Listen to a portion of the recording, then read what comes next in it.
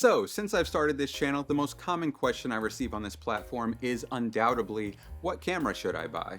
And without context, I cannot properly answer that question. So I'm going to take it upon myself to do everything in my power to make sure that you choose the right camera for your specific budget and use case scenario. Whether you're looking to make narrative films, wedding videos, content, or content, and anything in between. Each camera has their pros and cons depending on what you're using it for. So I'll be going over those as well as some of the specs and features that each camera excels at. I'll list the new prices, but I'm also really going to be focusing on the used prices here because generally speaking, that's where the value truly lies. Also, I just want to acknowledge that while I have no brand affiliation and I do strive to be as objective as possible, it's impossible to do something like this without being at least a little bit biased. So if you want to make a case for a different camera than the ones that I do, you can feel free to do so in the comments. Just make sure to keep things respectful. Now this video is going to inevitably bring in some beginner and intermediate users, so I'm going to start off by going over what some of these camera features are and what makes them valuable. Now if you've been in the camera game for a minute, then you already know what all of these are, so feel free to skip to this part of the video where I do a quick overview of each of the camera brands, or this part of the video for the actual recommendations. Alright, first up we have dynamic range. Now, high dynamic range is a feature that camera nerds tend to lust after, and to simplify things, it essentially refers to the camera's ability to capture information in both the brightest and darkest parts of the image simultaneously. If you'd like a more in-depth analysis, then I'm going to recommend Shagral's video on the topic because he goes into far more detail than I am personally capable of. Link in the description. Codecs. So a camera codec is essentially the container that your footage is stored in after the raw sensor data is processed and compressed. Generally speaking, the less compressed your image is, the more detail and information you'll have to manipulate and correct in post-production. A quick tier list in terms of camera codecs would be uncompressed RAW, compressed RAW, ProRes, all intra, 10-bit 422, and 8-bit 422, or 420, if it's even worse than 422. The good news is that any camera that's come out over the last 5 years is going to have, at the very least, a 10-bit 422 codec, meaning you're going to have plenty of quality to work with regardless of what you're trying to accomplish. Sensor size. There are three main sensor sizes that I'm going to be talking about today, and in descending order from largest to smallest, those are full frame, APS-C, and micro four thirds. Generally speaking, the larger sensor cameras tend to be more expensive, but they also have upsides like it being easier to get a shallow depth of field, and it's also generally going to perform better in low light situations. Now there are a ton of misconceptions out there regarding sensor size, but I'm not going to get into all that here. The entire industry seems to be shifting towards full frame, but smaller camera sensors are oftentimes just as good, if not better. For instance, the best performing sensor in the world today is in the Alexa 35, and that sensor is APS-C sized, or Super 35 size as it's more commonly referred to in the film industry. Rolling shutter. Rolling shutter refers to how most sensors out there capture images from scanning from the top to the bottom of a sensor. Most of the time this is going to be imperceptible, however, the slower the sensor reads out, the more obvious the effect will be in shots with fast moving objects, during whip pans or erratic handheld footage, which will end up resulting in skewed lines and jello-y looking footage. Dual gain ISO. ISO in camera settings can be overly simplified as a setting that controls your camera's sensitivity to light. The lower the ISO, the darker the image. Image too dark, you crank up the ISO and the image becomes brighter. However, when you crank up the ISO, you're also going to be cranking up the noise in your image, sometimes to a devastating degree. However, with a second base ISO, your camera is going to be calibrated to operate significantly better in low light situations. It's an extremely useful feature when you don't have control over the lighting. In-body image stabilization. In-body image stabilization, or more commonly referred to as IBIS, is a feature that essentially stabilizes the sensor of your camera so your footage appears less shaky. Open gate.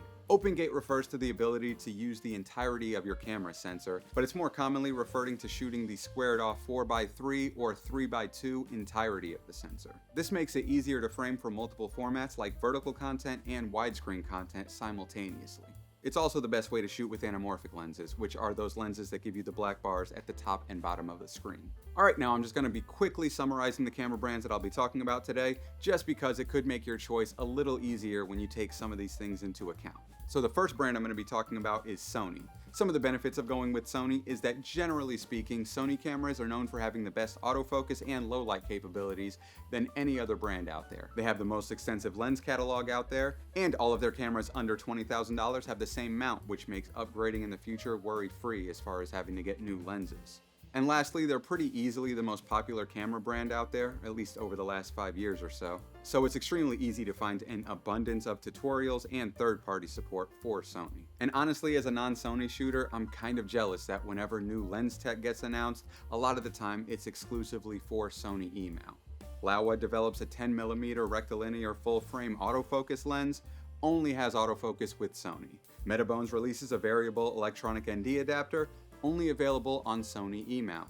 There are now anamorphic lenses with autofocus, only if you use Sony. It's frustrating.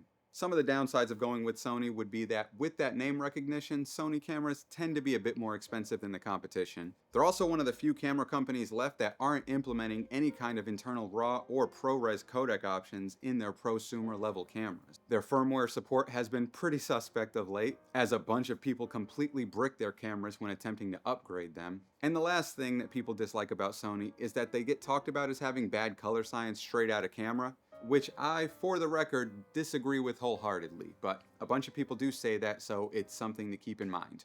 But not really. Next up we have Panasonic, or Lumix as they're more often referred to when talking about their cameras. As far as Panasonic goes, hands down my favorite thing about them is that they offer up so many features at some of the lowest price points out there. They easily have the best IBIS system on the market. They also throw cinema features like shutter angle, external RAW, and anamorphic modes into all of their cameras, regardless of price point.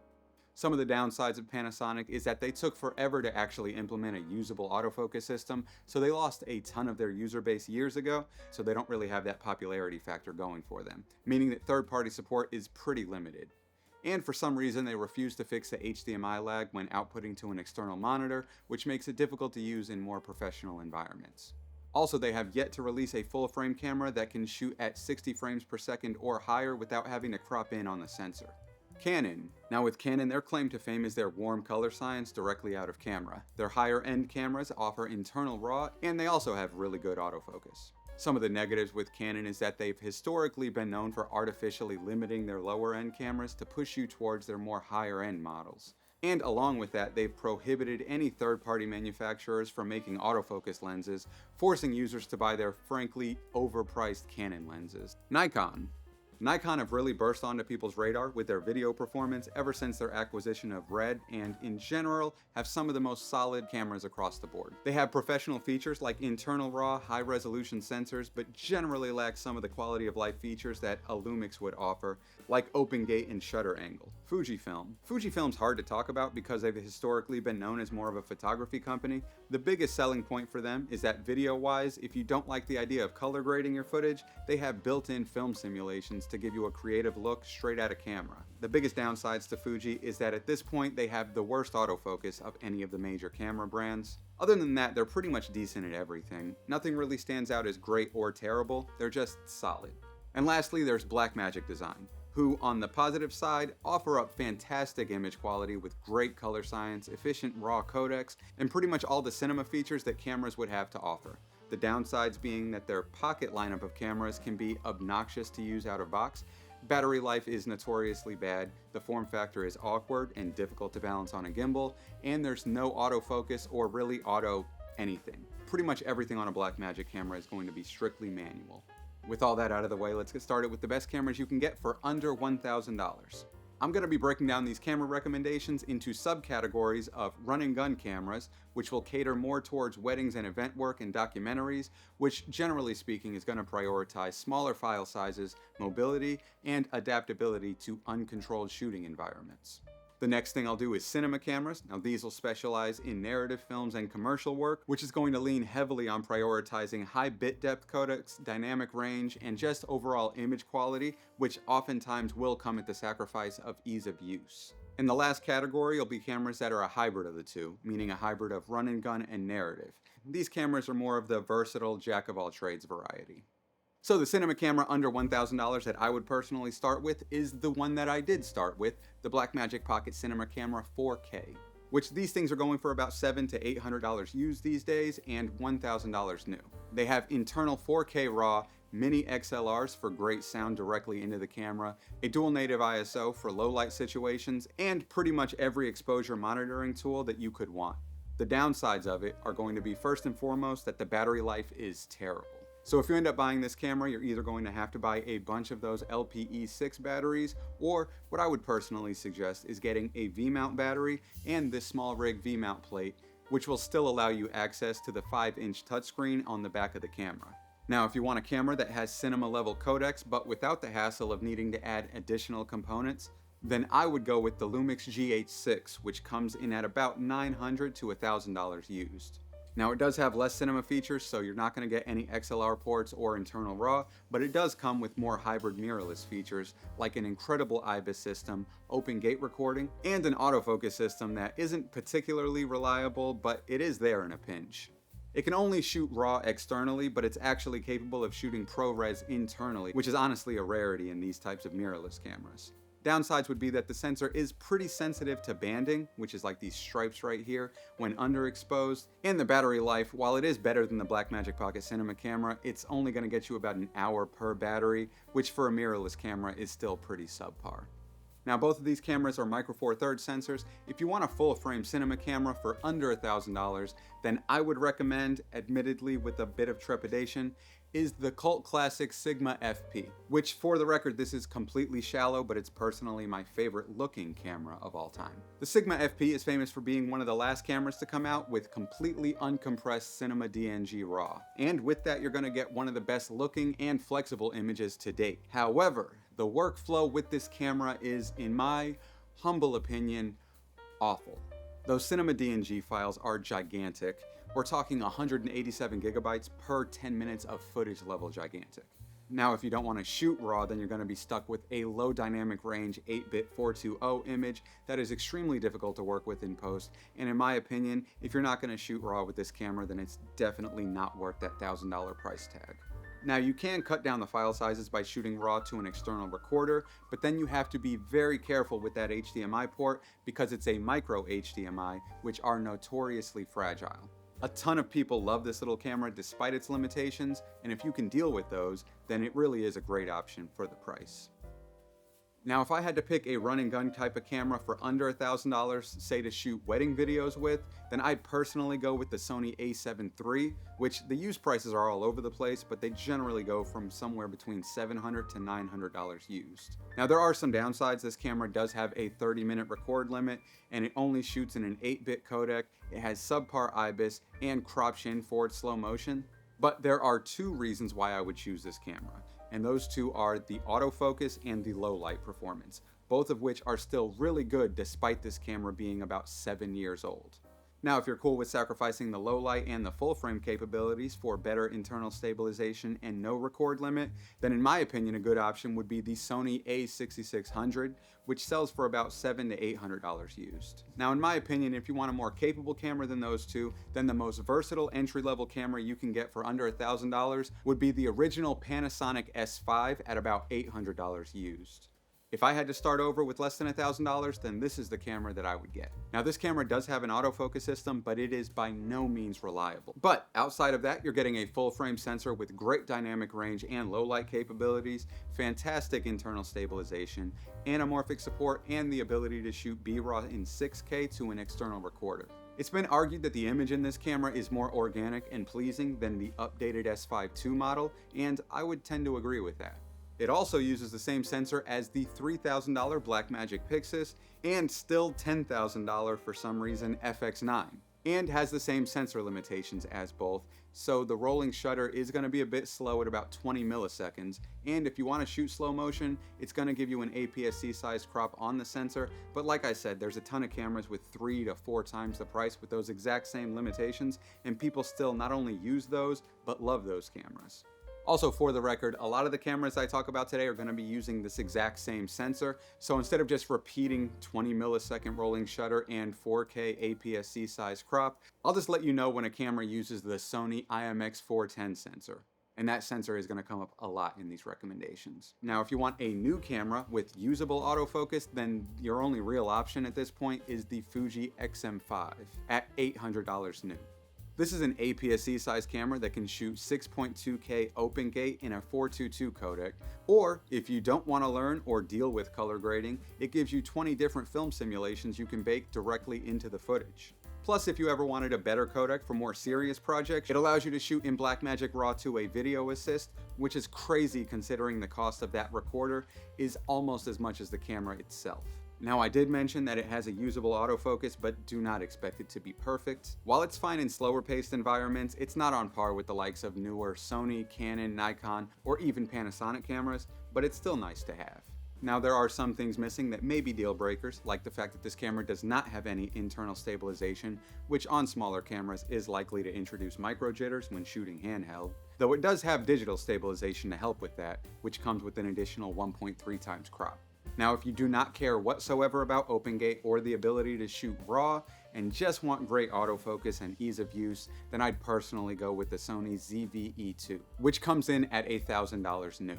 Now, if these cameras are too expensive for you, you can still get something like the legendary GH5 for under $600, but there is always the option to use your phone. Danny Boyle did it, Sean Baker did it, there's nothing stopping you from doing it too. Unless you don't have a phone, in which case, I don't know, man. Save up for one? All right, the next price range is going to be $1,000 to $2,000, and this price range is where things get really good really quick. So if I were to invest in a cinema camera, no need for autofocus or anything like that, just pure cinema, then I would personally get a used Blackmagic Pocket Cinema Camera 6K Pro, which is going for about $1,500 used these days. It is going for $2,500 new, but I would strongly recommend just getting it used. So all of the positive things that I mentioned about the Pocket 4K carry over to this model, only this time we're talking about a 6K Super 35 size sensor with better low light performance, more dynamic range, a better screen that now articulates, better battery life, although it's still not great, a second XLR port, and internal ND filters for $1,500. That is insane. Now, the downsides of it are that you're still stuck with that somewhat awkward DSLR form factor, and the rolling shutter is actually a little slower than the Pocket 4K at about 19 milliseconds. And with that slower sensor speed also limits the cropless frame rate options as well, as we're limited to 50 frames per second at the full 6K resolution. But with everything else this camera has to offer, those downsides honestly to me feel pretty minor. Now, if I wanted a full frame sensor in this price range, then I'd probably go with the Panasonic S1H, which is going for about $1,400 to $1,500 used. With this camera, you get the same IMX410 sensor as the original Panasonic S5, although here we're getting an OLPF filter, which reduces moire and aliasing. Panasonic did a great job of squeezing 12.7 stops of dynamic range out of this sensor at a signal-to-noise ratio of 2. You're also getting 6K 3x2 open gate in a full frame sensor, although it is limited to 420 as opposed to the more desired 422 codec. Still though, the image is fantastic. It has really good IBIS, great low light performance, and all the anamorphic support that Panasonic has to offer. It also has a super versatile flip screen that I wish more cameras would implement. Now, outside of the terrible autofocus performance, APS-C crop at 60 frames per second, and the slow rolling shutter, this camera's biggest issue as a cinema camera is that it's limited to all intra 10-bit codecs internally, meaning there's no internal RAW or even ProRes options. Now, like I mentioned, 10-bit 422 is still a solid codec, but if that's a deal breaker for you, you're either going to need to pick up an external monitor or just look elsewhere. The Panasonic GH7 would be a good option with its fast rolling shutter, cropless 4K at 120 frames per second, 4x3 5.7K open gate, the best IBIS of any camera to date, and internal ProRes and ProRes RAW options. It's also the first camera that features a license for ARRI-LOG-C, which in theory allows you to use ARRI-LUTs to get a color matched image with an Alexa. Now, I personally see this as kind of a gimmick that isn't as useful as it sounds, but it's still really cool to see. Oh, also it has really good autofocus for the first time in one of these GH cameras. However, just like the other GH cameras, it is a micro four thirds sensor, which immediately means 90% of you guys now have no interest in the camera, but it is still a really solid option. A couple of good options out there for a run and gun event style camera in this price range would be the Sony a7 IV at about $1,700 used and $2,200 new, and the Canon R6 II at about $1,800 to $1,900 used and $2,300 new. See, I don't hate you, Canon. Now, if we're comparing the two directly, Sony has better autofocus, low light performance, dynamic range, battery life, and a way better lens selection, especially if you care about value or affordability. However, it does have a really slow rolling shutter that has to crop in for slow motion, and in my opinion, its biggest issue is that it's prone to overheating, so it's a really hard recommendation for me in professional environments that require long periods of shooting. Otherwise though, it really is a great camera. The Canon R6 II also has overheating issues, but it is more reliable. It's also got a much faster sensor readout, allowing for a cropless 4K 60 frames per second using the entirety of its full frame sensor for the first time on this list. It also has better stabilization than the A7 IV, and even though most would agree that Sony's autofocus performance is better, the R6 II is really not too far behind. Now, while those two are great cameras to get into their respective ecosystems, the camera that I would personally recommend for run and gun is the same camera that I consider to be the most versatile and best value camera on the market today, the Lumix S5 IIX, which goes for about $1,700 used and $1,900 new. This camera is very similar to the Lumix S1H that I just talked about, only this camera is in a smaller body with better codec options, including ProRes to an SSD. It also has better stabilization, and it actually has really good autofocus. The biggest fault of this camera is the slow sensor. It's that IMX410 sensor, so we're getting middling rolling shutter and a cropped 4K 60 frames per second. Also, the lack of OLPF means that there are times where moire and aliasing are going to pop up. I've already done a couple of videos on this camera and why I personally purchased it, but it is my go-to recommendation for price to performance ratio. Also, if you don't plan on shooting intra-frame, ProRes, or external RAW, then you can get an S5 II without the X at a cheaper price. Seriously though, they're great cameras. I can't say enough good things about them. A camera that does come close in terms of performance is the Fuji X-H2S, which is going for about $1,700 used as well, but $2,500 new. So there's a lot of value to be found on the used market here. Spec-wise, this camera is fantastic. It features a stacked 6.2K APS-C sensor that has a rolling shutter of less than 10 milliseconds. It's capable of a cropless 4K 60 frames per second, and it can shoot in 6.2K 3x2 open gate using ProRes internally. The dynamic range is also really good at 11.8 stops at a signal-to-noise ratio of 2 with noise reduction turned off. The X-H2S does have pretty mediocre autofocus, stabilization, and low light performance, especially when put up against the S5 II, and despite it having an open gate mode, it offers no anamorphic support, meaning no internal D-squeeze and definitely no anamorphic stabilization, as Panasonic's the only camera that offers that to date. Now, if you don't care about those features, then the X-H2S might be the way to go.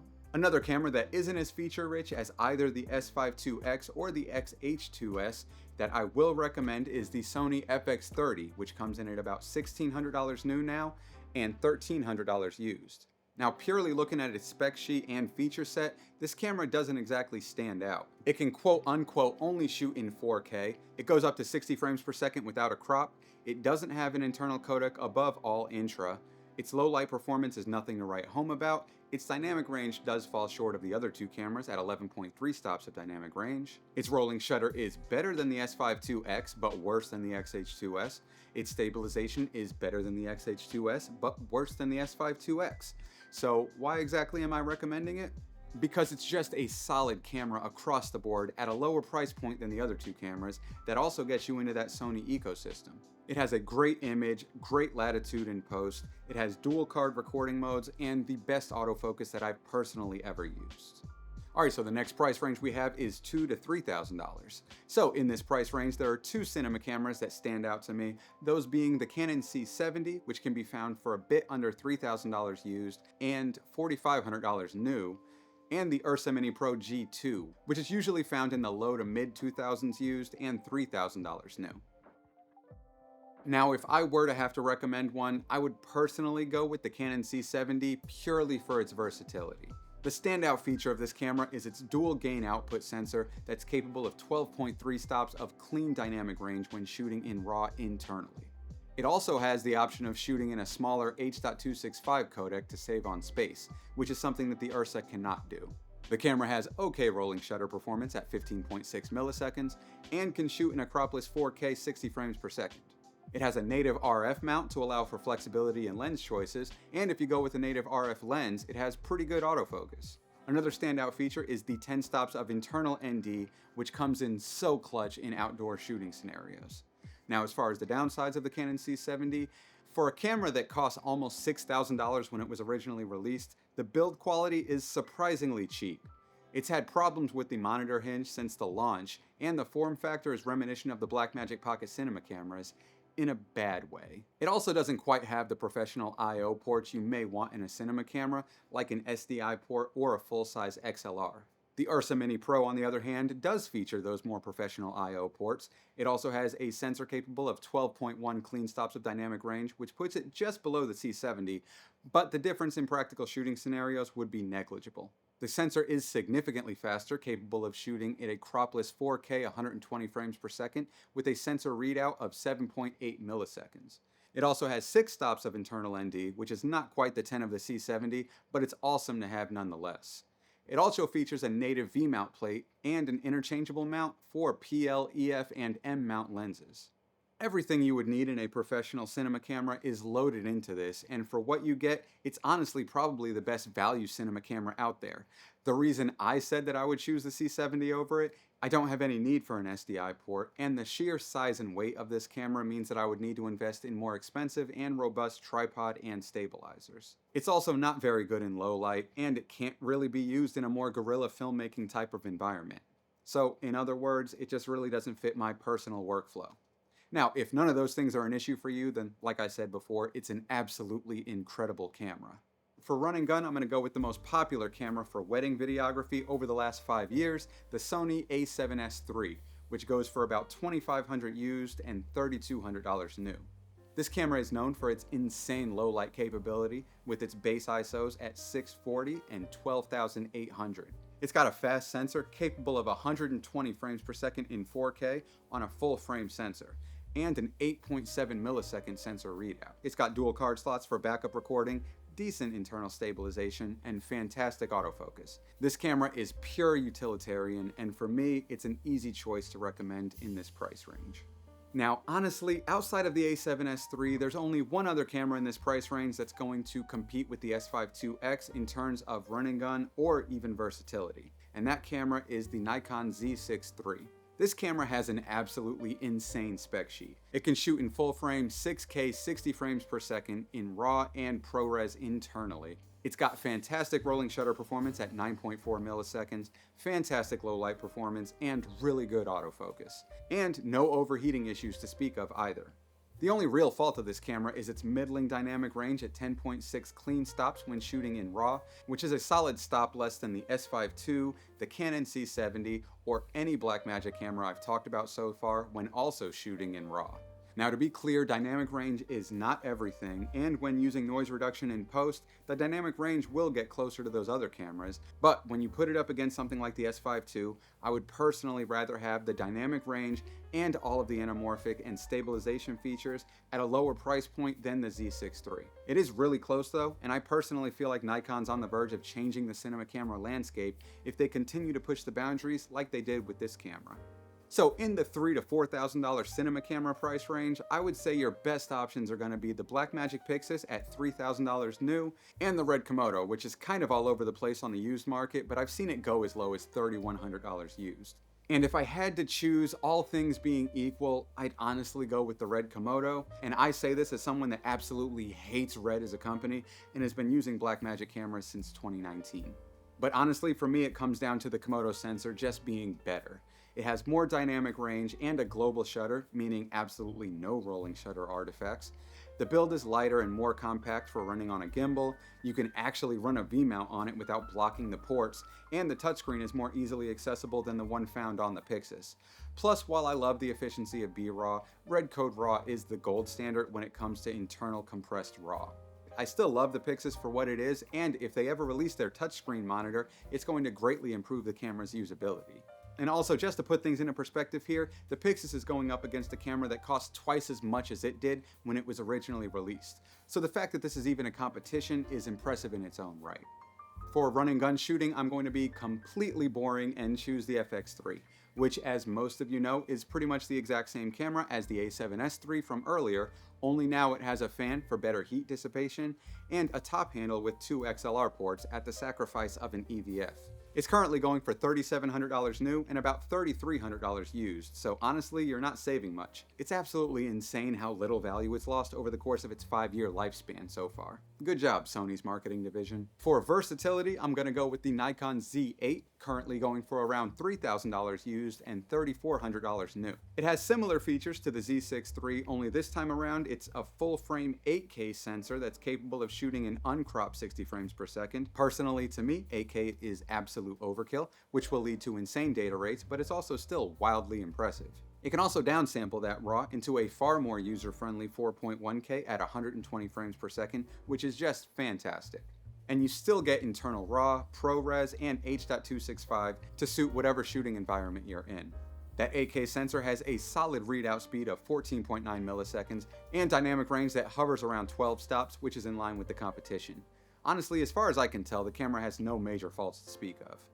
Alright, so cameras over $4,000. Honestly, if you're looking at a camera over $4,000, then you should already have a pretty good idea of what suits your needs. But for what it's worth, for run and gun, I go with the Sony FX6 because of the electronic ND and crazy good high ISO performance. I do know that Canon released the C80 last year that also has a 12,800 base ISO option and internal NDs and the option to even shoot RAW. However, when shooting RAW, the sensor's dynamic range is pretty low at 10.5 stops at its lowest base ISO of 800. It does clean up when using the internal XAVC codec, but then we start dealing with insane amounts of internal noise reduction, which then affects the camera's latitude and ability to capture information cleanly. Jake Hayden made a fantastic video on the C400 illustrating this, which uses the exact same sensor. Link in the description. By no means am I saying it's a bad camera, I'm just saying in terms of run and gun shooting, I would personally rather have the FX6. In terms of cinema cameras, I'm going to go with the $7,000 version of the Ursa Cine 12K. Hands down, this camera outperforms the Alexa LF in rolling shutter and dynamic range when shooting in either 8K or 4K, neither of which window in on the full frame sensor. If you can deal with the size of it, the power draw, and the fact that it can only shoot in B-RAW, then purely on a technical level, this is the best camera you can get south of a Venice or an Alexa. Alrighty, so hopefully you found some of this information useful and I satisfied your deepest desires, but from my experience with women and people in general, it did not. Sorry about that, I'll try to be better next time. Okay, bye. Farewell, friends.